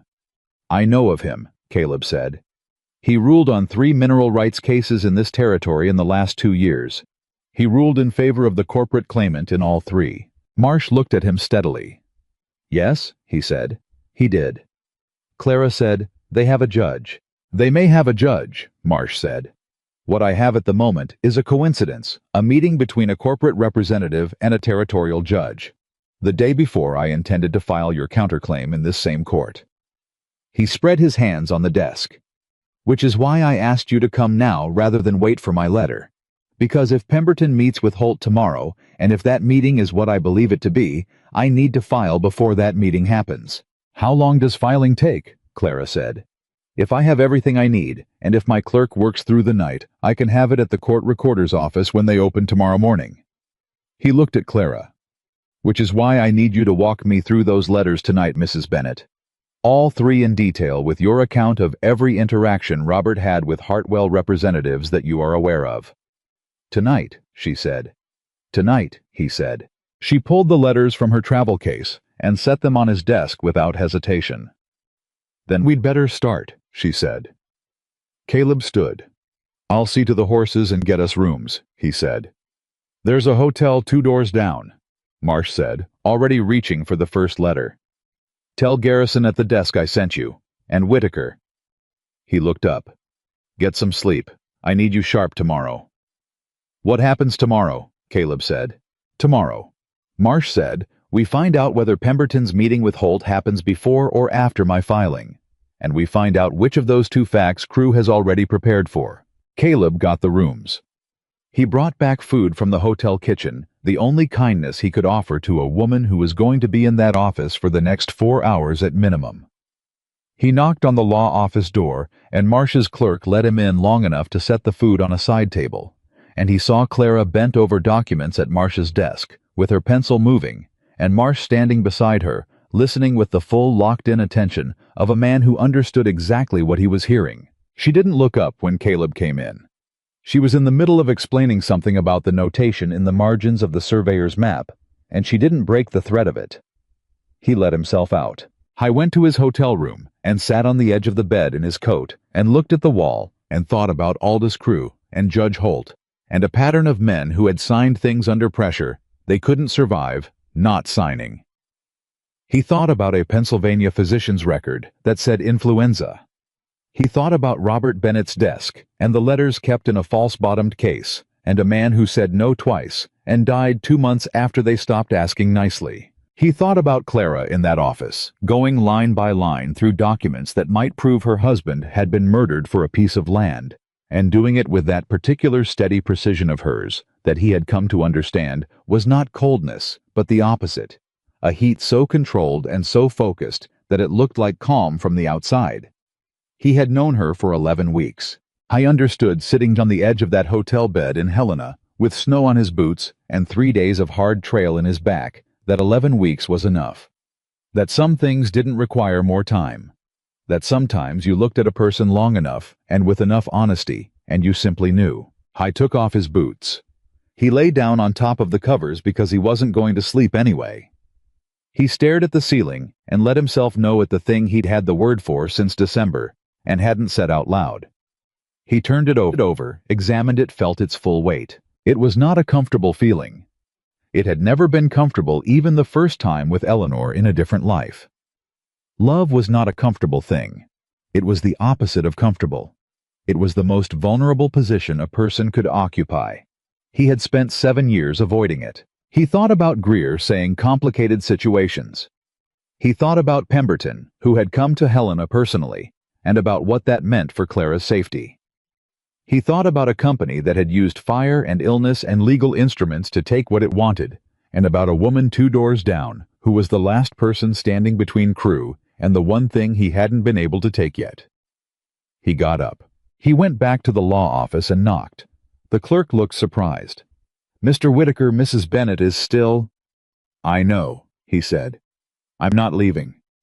He came in and sat in the chair by the door. Marsh looked at him once, understood immediately, and went back to the documents without comment. Clara looked up and met his eyes across the room, and something passed between them that didn't require words' acknowledgement, maybe of what it meant that he was there, that he had come back. She went back to the documents. He sat by the door. It was past midnight when Marsh finally put the last letter down and looked at Clara over his glasses with an expression that had respect in it, unconcealed and direct. "Mrs. Bennet," he said, "you have a case." She let out a breath. "Just one. Tell me." "The third letter is the cornerstone," he said. "Combined with the pattern across the other three property acquisitions, combined with the connection between Pemberton and each of those transactions, and combined with the timing of your husband's death. Relative to the letter, I can build a claim of fraudulent inducement coercion and potentially conspiracy to defraud." He held up a hand. "The third element is the most difficult. Robert's death. I cannot prove it in civil court with what I have. But I can raise the question loudly enough in the context of the counterclaim that it goes on the record. It becomes part of the public filing. Pemberton's name," Clara said. "Pemberton's name on a document that becomes a matter of public record tomorrow morning," Marsh said. "Which means that even if Hartwell's connection to Judge Holt is what I think it is, this case moves out of Holt's jurisdiction before he has the chance to bury it." "How?" Caleb said. "Federal Land Commissioner," Marsh said. "Once I file the counterclaim with the pattern evidence attached, I simultaneously submit a complaint to the Federal Land Office citing interference with territorial mineral rights proceedings. That puts it under federal jurisdiction and out of Holt's hands entirely." Clara said, "Can they stop the filing?" "Not if it's in the recorder's office before that meeting tomorrow morning," Marsh said. He looked at his clerk. "James, you know what to do." James, who was a young man with ink on both hands and the stamina of someone who had done this before, nodded once and picked up his pen. Marsh looked at Clara. "Go to the hotel," he said. "Sleep. I need you back here at 8 in the morning, because once I file, Pemberton will know within the hour, and what happens after that is going to require you to be present and steady and prepared to speak for yourself." She stood. She gathered her copies of the letters. She looked at Marsh. "Thank you," she said. Simply, without embellishment. "Save it," he said, not unkindly. "We haven't won anything yet. We've just made the game fair." He looked at Caleb. "See that she sleeps." Caleb walked her to the hotel. They stood in the narrow corridor outside their rooms, and she had the letters folded against her chest, and her other hand rested against the wall like she needed the steadiness of it. "It's going to work," he said. "Maybe," she said. "Clara." She looked at him. Her eyes were tired and sharp at the same time, the way they got when she had been working hard and long and hadn't let herself feel the cost of it yet. "It's going to work," he said again. Not because he was certain, because she needed to hear it from someone who was standing close enough that the certainty could transfer. "Marsh is good. The filing will be done before Pemberton's meeting. We have the letters and the pattern and your testimony. It's enough." She looked at him for a long moment. Then she said very quietly, "What if it isn't?" "Then we figure out what's next," he said. "Together. Like we've been doing." She looked at his face, searching. He let her look as long as she needed. "All right," she said. She pushed off the wall. She opened her door. She stopped with one hand on the frame and said without turning around, "When this is done, Caleb, when it's over, I'd like to talk about what comes next. Not the land, not the lawyers." A pause. "The other thing." He was quiet for a moment. "So would I," he said. She went into her room. The door closed quietly. He stood in the corridor for a moment longer, listening to the sound of Helena at night, the wind, the distant sound of a piano from somewhere down the street, the creak of the building settling in the cold. He went to his room. He slept 4 hours, which was more than he expected. At 10 minutes before 8 the next morning, James the clerk knocked on the hotel door with a message from Marsh. 4 words written on a folded slip of paper. Filed. Come now. Both. Caleb knocked on Clara's door. She answered, already dressed, already holding her coat. He showed her the note. She read it. Her chin came up. Her shoulders set. She put on her coat. "Let's go," she said. Marsh was standing at his window when they arrived, still in the same clothes he'd been wearing the night before, which told Caleb everything about how the night had gone. James the clerk was asleep in his chair with his head tipped back and ink on his collar, and the particular piece of a young man who has worked until he had nothing left and then worked a little more. It's filed, Marsh said without turning around. Court recorder's office opened at 7. James was first in the door. He turned. He looked at both of them. Pemberton's meeting with Holt was scheduled for 8:30. It's 8:15. Then he doesn't know yet, Clara said. He will within the hour, Marsh said. The moment Holt's clerk reviews his morning correspondence, he'll see our filing, and he'll send word to Holt, and Holt will send word to Pemberton, and... He stopped. And then we find out what kind of man Pemberton really is. What does the filing say? Clara said. She was already at the desk, looking at the documents spread there. Counterclaim to the Pennsylvania fraud action filed in Montana Territorial Court, on grounds that the property in question is a Montana-adjacent asset with mineral rights implications under territorial law, Marsh said, moving beside her. Simultaneous federal complaint to the Land Commissioner's office, citing evidence of a pattern of fraudulent acquisition across 4 properties in this territory, by Consolidated Territorial Resources, acting as Hartwell Mining Company, with named representative Augustus Pemberton. He tapped the top document. Pemberton's name is on the public record. As of this morning, he is a named party in a federal complaint. Clara looked at the document. She looked at her own name on the counterclaim. She said very quietly, "Robert would have wanted this." Neither Caleb nor Marsh said anything. Some statements didn't need response. What happens now is they have 3 choices. Marsh continued moving into lawyer mode with the brisk precision Clara had come to expect from him. First, they fight it. Contest the counterclaim, push back on the federal complaint, use their connection to Holt to delay proceedings, and try to outlast us financially. That's their strongest play, if they have patience. He paused. Second, they withdraw. Decide the exposure isn't worth the land, and cut their losses. This is less likely given what Pemberton has already invested. Third, Caleb said. Marsh looked at him. Third, they escalate. Decide the filing makes us a threat that needs to be managed more directly. The room was quiet for a moment. Managed how? Clara said. I don't know, Marsh said. And I prefer not to speculate in ways that are not useful. He looked at Caleb. But I want you aware of the possibility. Caleb was already aware. He had been aware since Greer walked into the Silver Creek feed merchant with his studied ordinariness and his barely veiled threat. He had been aware since he thought about the Pennsylvania physician who wrote influenza on a record that Marsh believed should have said something else. He did not say any of this. He looked at Clara, and she looked back at him, and he could tell by the set of her jaw that she had arrived at the same place independently. I'm not withdrawing, she said.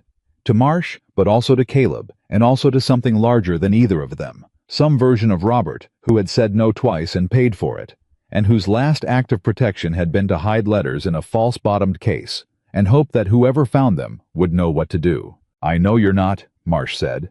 I'm not asking you to. I'm asking you to be careful. He looked between the two of them. I'd recommend you stay in Helena for the next several days. Not at the hotel too visible.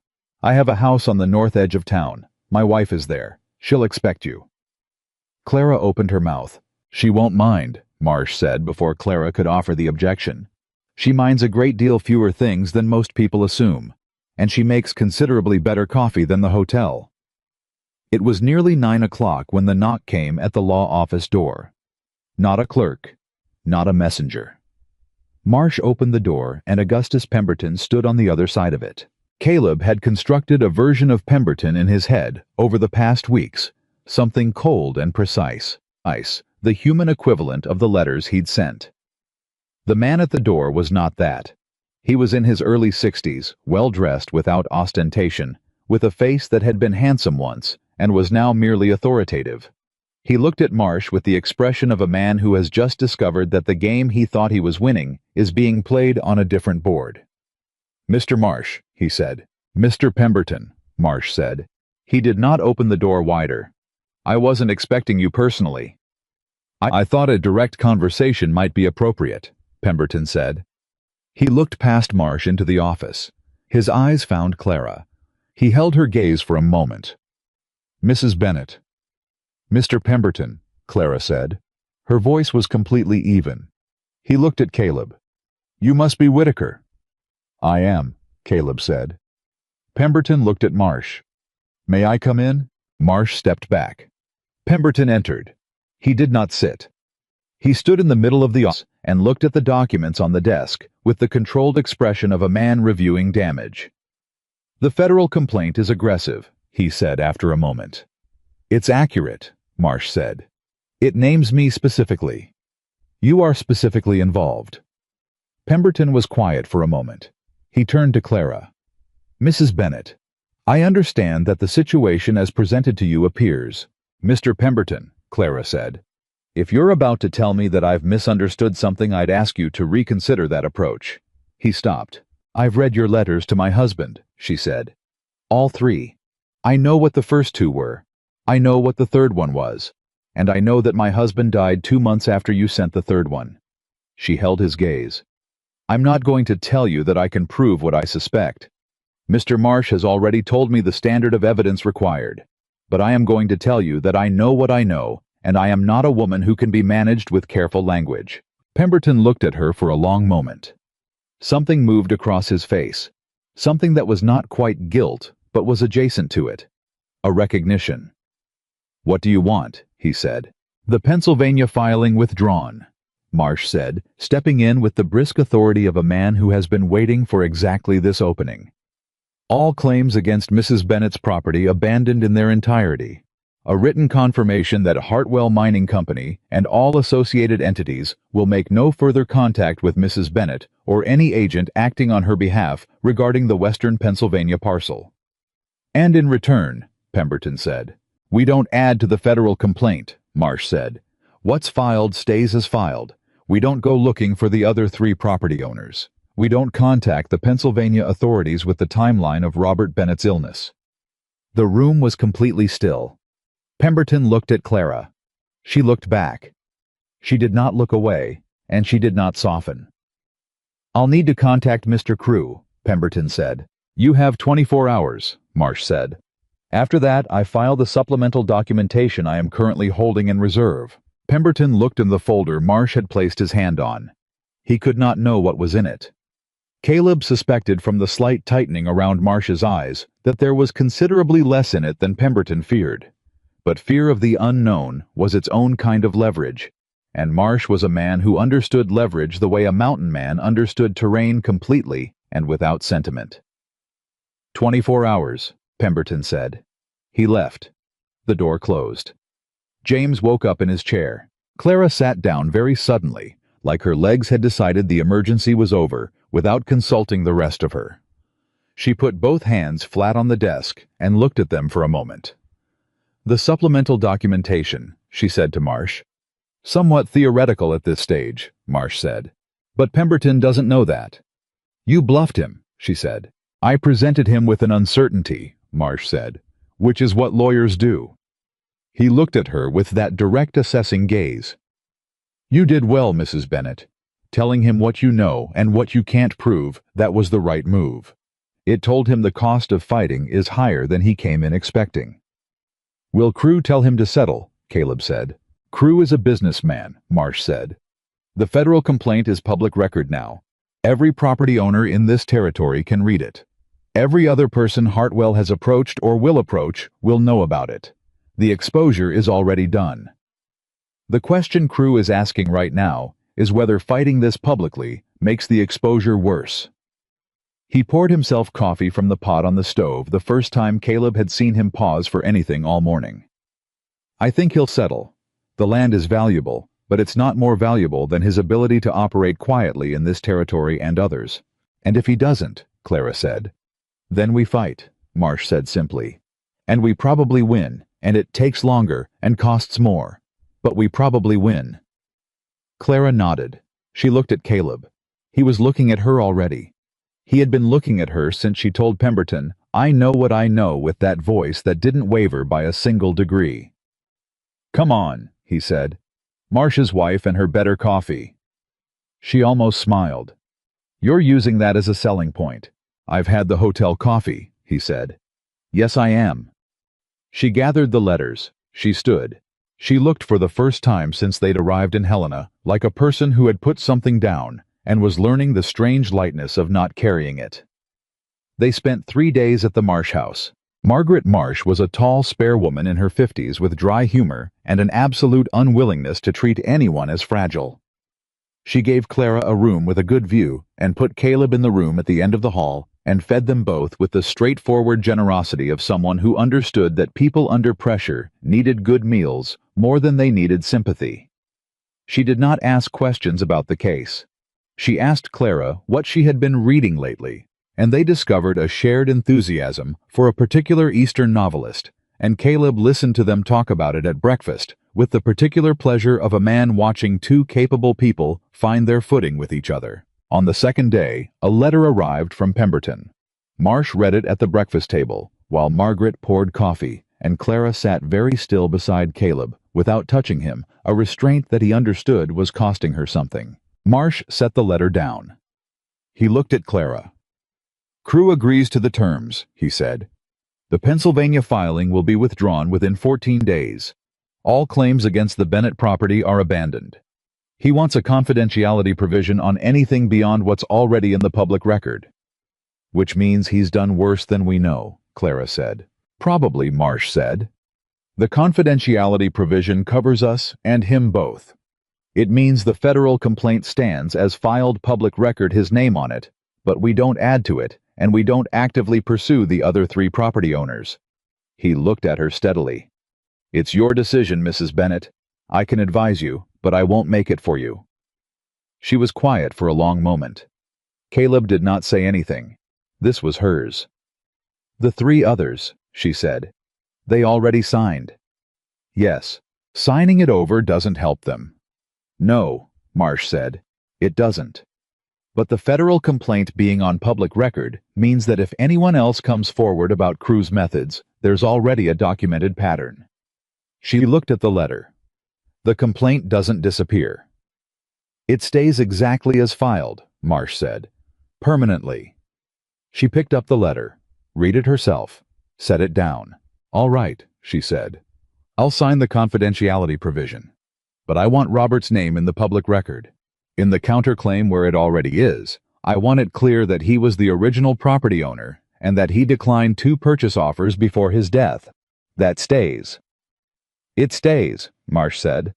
"Then I'll sign," she said. Caleb reached under the table and found her hand. She turned her palm up and gripped his fingers once hard, and then let go. They rode back to Silver Creek 4 days later. The snow had melted into mud, and the trail was slow and heavy going, and neither of them minded. There was something different in the quality of the ride, not the urgency that had driven them north, not the weight of what was coming. Something looser.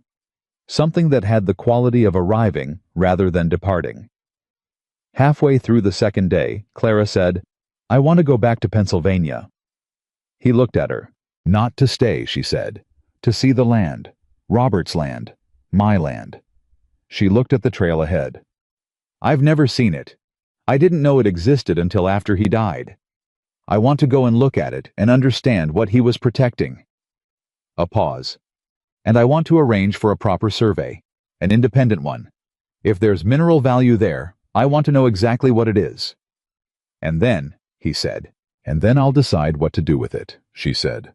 "On my own terms. Not because anyone pressured me, not because I needed the money badly enough to sign without thinking. My terms." "That sounds right," he said. She looked at him. "I'll come back," she said. It was not casual. It was a statement of intention spoken with the directness she gave everything that mattered. "I know," he said.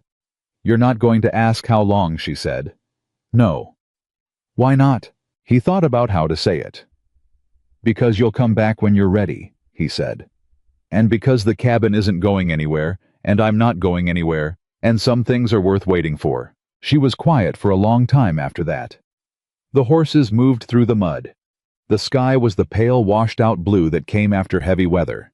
His breath was visible in the cold, and hers was too, and they rode through the same air, and it felt in the simple physical fact of it, like something that belonged together. "It might be months," she said. "Then it'll be months," he said. "You'd wait months," she said. "Clara," he said, I've been waiting 7 years without knowing what I was waiting for. Months is nothing." She turned and looked at him. He looked back. The horses walked on. "All right," she said, quietly, with everything she meant by it. They arrived in Silver Creek in the early evening of the third day. Mrs. Delaney came out of the boarding house when she heard the horses and looked at both of them with the sharp, all-knowing eyes of a woman who had been watching this particular story unfold since November and had strong opinions about how it should end. "Well," she said. "Well," Clara said, dismounting. "It's done." Mrs. Delaney looked at Caleb. He nodded once. She pressed her lips together in the satisfied way of a woman whose instincts have been confirmed and took Clara's horse without being asked. Caleb rode back to the cabin alone. He unsaddled Reckoning and fed him and checked him over with the thoroughness of a man returning from a long trail, which is what it had been. He carried his saddlebag inside. He started a fire. He boiled water for coffee. He sat at the table alone and drank his coffee and looked at the second plate that he had left on the shelf where Clara always put it after washing up. He had not moved it in the weeks she had been coming. He had not examined why until now. Now he understood. It was because moving it would have been a kind of statement he hadn't been ready to make in the direction of accepting that the two-plate evenings were occasional rather than the pattern they had become. He left it where it was. 3 days later she knocked on the door. He opened it. She came in with her coat and her basket and went directly to the stove and started supper with the ease of someone who knew this kitchen by touch, and neither of them said anything about the days they'd been apart, or the road they'd just traveled, or the things that had been said on it. They had made their statements. The statements stood. Over supper, she told him about the letter she'd written to a surveying firm in Pittsburgh, about the train connections from Pennsylvania that she had begun to map in her head, about a conversation she'd had with Marsh before leaving Helena about the possibility of filing an independent mineral rights claim in her own name once the independent survey was complete. "You've been planning this since Helena," he said. "Since Pemberton's letter," she said. "When I knew it was over, I started thinking about what's next." She looked at him across the table. "You told me once that you've been living half a life, 7 years of it."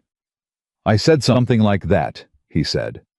"I've been doing the same thing," she said. "Different shape, same weight. Running from Pennsylvania, hiding in Silver Creek, trying to make myself smaller so I'd be harder to find." She set her fork down. "I'm done with that." "I know," he said. "I want to be a person who makes decisions from a position of choosing," she said. "Not from fear, not from necessity." She looked at him steadily. "Coming back here is a choice. Going to Pennsylvania is a choice. What I do with that land is a choice." A pause. "You are a choice."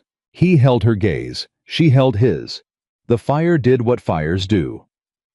Outside Silver Creek went about its business in the cold March evening, without any awareness that two people were making the most important decision of their lives over a plate of stew at a pine table in a mountain cabin. "Then choose," he said. "I already did," she said. "Weeks ago." Her voice was quiet, but it didn't have even one thread of uncertainty in it.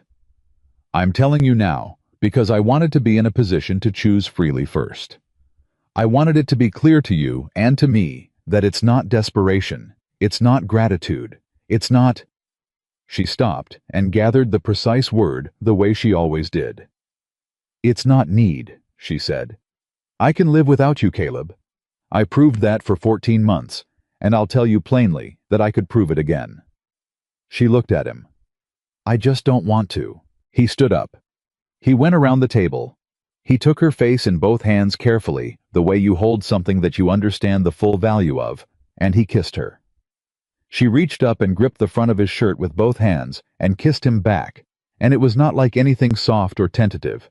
It was like two people who had waited long enough and knew it and were done waiting. When they pulled apart, she still had his shirt in her hands. "I'm going to Pennsylvania," she said. "I know," he said. "I'll be back before the first snow," she said. "I know," he said. "Stop agreeing with everything I say," she said. "No," he said. She made a sound that was the fullest laugh he had ever heard from her, real and unguarded and surprised out of her, and she let go of his shirt and turned back to her supper, and he sat back down across from her, and they ate the rest of the meal with the comfortable ease of people who had said what needed saying and could afford now to simply be where they were. She left for Pennsylvania 6 weeks later in late April, when the trail down from the mountains was clear enough for the stage. Caleb rode with her to the stage stop at the edge of town. He tied Reckoning to the post. He helped load her bag. He stood beside the stage in the early morning with his hat in his hands. "I left bread on the sideboard," she said. He looked at her. "You, and a pot of coffee beans on the shelf beside the stove," she said. "The good ones. Don't use them for the workday coffee, they're for evenings." She adjusted her glove. "And don't burn the onions." He laughed. He had not laughed like that, sudden and genuine and fully from the chest, in a very long time. She looked at him with that expression he had stopped trying to read in individual pieces and simply received now as a whole, everything she was directed at him, without apology or reservation. "I'm coming back," she said. He said. "Caleb." "Yes." "2 plates," she said. "Every night. Leave both of them out." He looked at her for a long moment. He nodded. She got on the stage. He stood at the post until the stage was out of sight, then longer until the dust settled and the road was empty in both directions. Then he put his hat on and untied Reckoning and rode home. The cabin was quiet when he came in. The bread was on the sideboard wrapped in cloth the way she always wrapped it. The coffee beans were on the shelf where she said they'd be. The second plate was where it had always been, where he had never moved it, where it was going to stay. High mud coffee. He sat at the table. He drank it alone and did not mind the silence the way he used to, because the silence had a different shape now. It had the shape of something temporary, something that was holding a place. She came back in September, 7 days before the first snow. She came up the trail in the late afternoon with her bag and the particular straight-backed posture of a woman who has been through something difficult and come out knowing her own strength better than when she went in. He heard Reckoning whinny from the paddock, which was always his first warning of an approaching rider, and he was on the porch before she reached the gate. She looked at him from the saddle. He looked at her. "Well," he said. "The survey confirmed copper and tin deposits," she said. "I've filed an independent mineral rights claim in my name. I've retained a local attorney in Pittsburgh to manage any further approaches from Crew's people, and Marsh filed a notification with the Federal Land Office about the terms of the settlement, so there's a record." She paused. "And I accepted an offer, a fair one, from a company with no connection to Hartwell or Crew, a company that had no prior knowledge of the land and found it through the public survey filing." She looked at him steadily. It was enough. He said nothing. He was looking at her face. "Enough to be comfortable," she said. "Enough to have choices. Enough to come back here and not be running from anything or toward anything except—" She stopped. She looked at the cabin, at the smoke from the chimney, at the second plate visible through the window on the table where he had set it an hour ago. She dismounted. She handed him her bag. She walked past him into the cabin, and he heard the particular sound of her moving through the kitchen. A sound he had not heard for 5 months, and had thought about every single day of those 5 months. And he stood on the porch for a moment with her bag in his hand, and looked at the trail she had come up, and the mountains beyond it, and the sky going gold at the edges with the late afternoon. He went inside. She was at the stove. He set her bag down. He stood in the middle of his cabin. Their cabin he understood now in the complete and simple way that you understand things that have quietly been true for a long time, and he watched her move through the kitchen that she knew as well as her own hands. "I left the coffee beans," she said without turning around. "I saved them," he said, "for evenings." She turned. She looked at him. Her eyes were bright and tired and certain and home. 2 plates were already on the table. That was where the story of Caleb Whitaker and Clara Bennett began, in the deepest sense, not in the night. He came home to smoke from his chimney, and light in his windows, and a woman at his stove who looked at him without flinching. Without flinching, though, that was the beginning of the telling. It began in the moment a man who had been living half a life looked across a pine table at a woman who had been doing the same, and they both understood without saying it yet that they had each been the missing half of the other all along, and that the cabin in the Montana mountains, small and plain and perfectly imperfect, was exactly the kind of place where two broken people could build something whole. He came home to an empty cabin on a September afternoon in 1883, expecting silence. What he found was the rest of his life waiting at the stove, and he never came home to silence again.